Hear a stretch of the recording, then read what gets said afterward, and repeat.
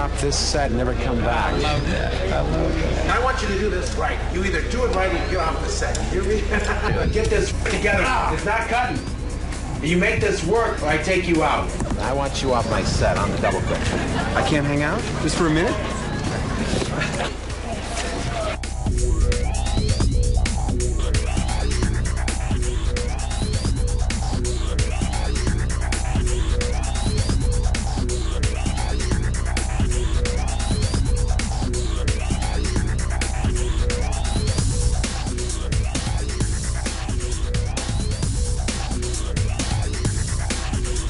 Sam, he's a character. I've heard the stories about how he's been a fan since he's a kid. Spider-Man is history. This movie will make history. It's a classic from the get-go.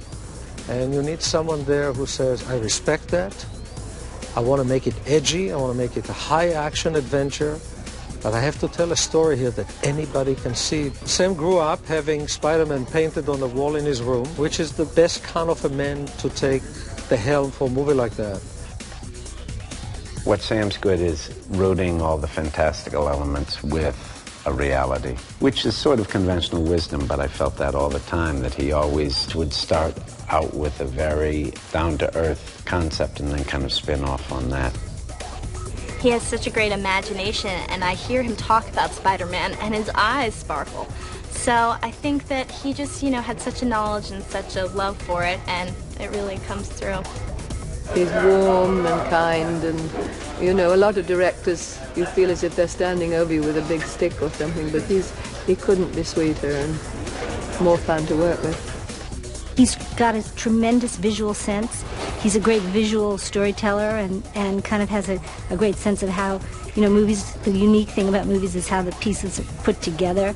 So he has a great sense of how to build a sequence from an action standpoint, but it always comes back to, is it good storytelling?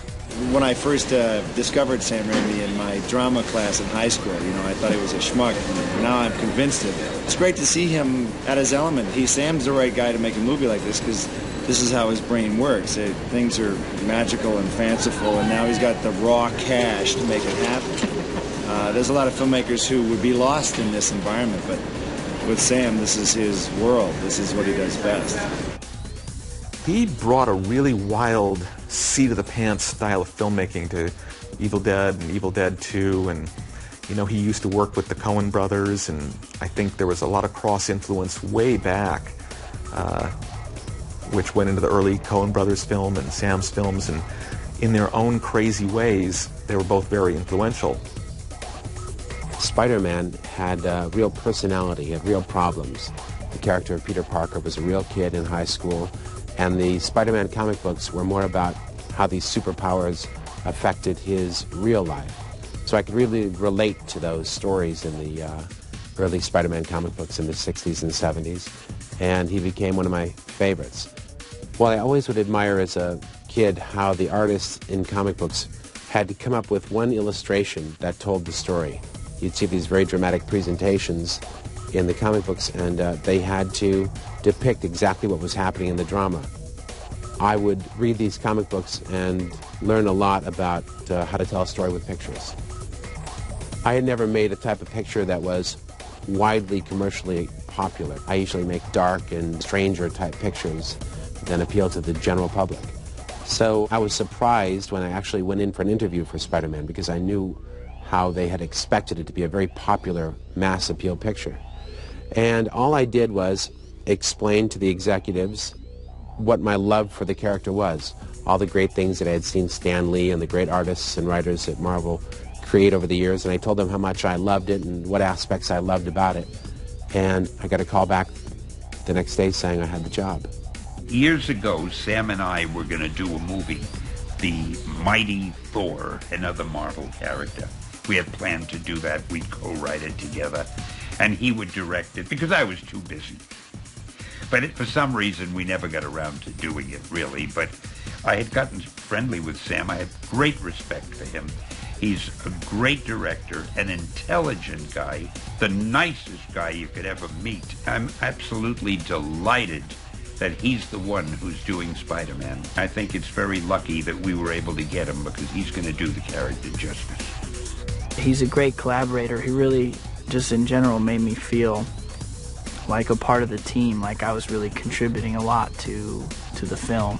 I love working with him because he's just a great example for me of a man who takes his work seriously and takes his family life seriously, and is very sincere and caring, and at the same time he can have a lot of fun and be funny, and he's obviously really good with camera work and can do really crazy fun stuff with the camera. Hang on, Mary Jane!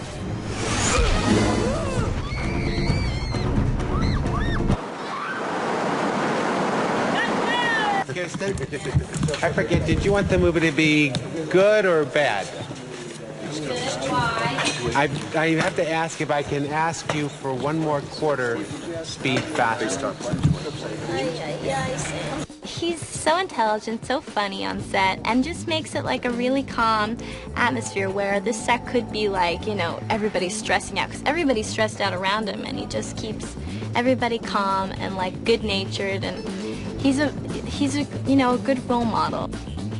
I love working with Sam. He's collaborative, which is great because I really like to participate in the thinking process that goes into the making of the movie. And he understands what it is that he wants in terms of the action of the character, the personality of the character's motion, the personality of the character's presentation, and the graphic quality of the film. I've never learned so much making a picture as I made this one. There were so many aspects of filmmaking that I had learned over the last 20 years that I had to draw upon to make this particular picture. Even though it's a small story of a young boy that learns what it is to be a responsible young man, its canvas is very large.